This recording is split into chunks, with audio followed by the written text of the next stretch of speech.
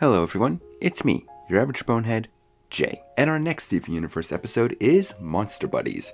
This one's actually kinda important. During a mission to an ice cave, things get too dangerous and Garnet panic bubbles Steven back to the temple. After Steven manages to free himself, he ends up popping the bubble that contained the gem of the Queen Centipedal. You know, that monster from the first episode that they fought. But while she's reforming, we see for a second that her frame resembles that of a humanoid looking gem.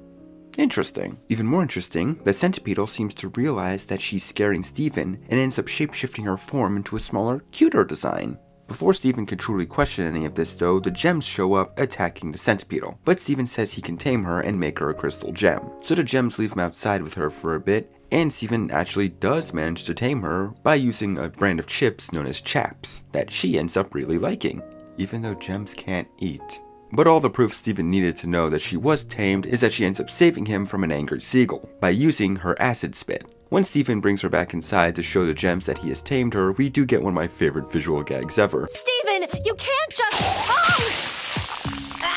Steven manages to convince the gems to take the Centipedal, which he nicknamed Senti, on their next mission, which involves them needing to head back to the ice cave to try and get the shooting star that they were unable to get the first time because the cave collapsed on itself. But using Senti's acid spit, they're able to get through the cave and find the shooting star. But right when Garnet's about to collect it with her gauntlets, Senti gets scared of them and starts going crazy. The gems fight back against her, trying to protect Steven, even though Steven doesn't want their protection from her, and Steven eventually hugs her, showing that he's not afraid of her and that even if she is a monster, he will always be her friend. But right after saying this, a rock falls from the ceiling and is about to crush Steven.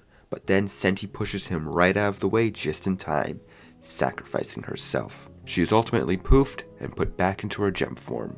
The gems tell Steven that maybe one day when he has full control of his powers, he'll be able to finally heal these monsters. And Steven promises to Senti that he will protect her, as Steven gains the ability to bubble gems and send her back to the temple, with some chaps to keep her company.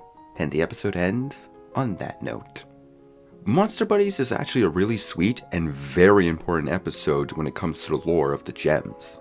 On the adorable side, it's mainly from the friendship Steven has with Senti. Despite Senti not being able to talk, the two play off each other really well, and we will see more of her later on. But lore-wise, that scene where Senti's reforming does give us a good idea of what these monsters really are.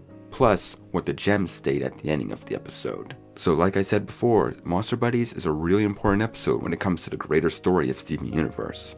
And I highly recommend this one if you're binging the series. Now, I'm your average bonehead Jay, and I wish you all good night.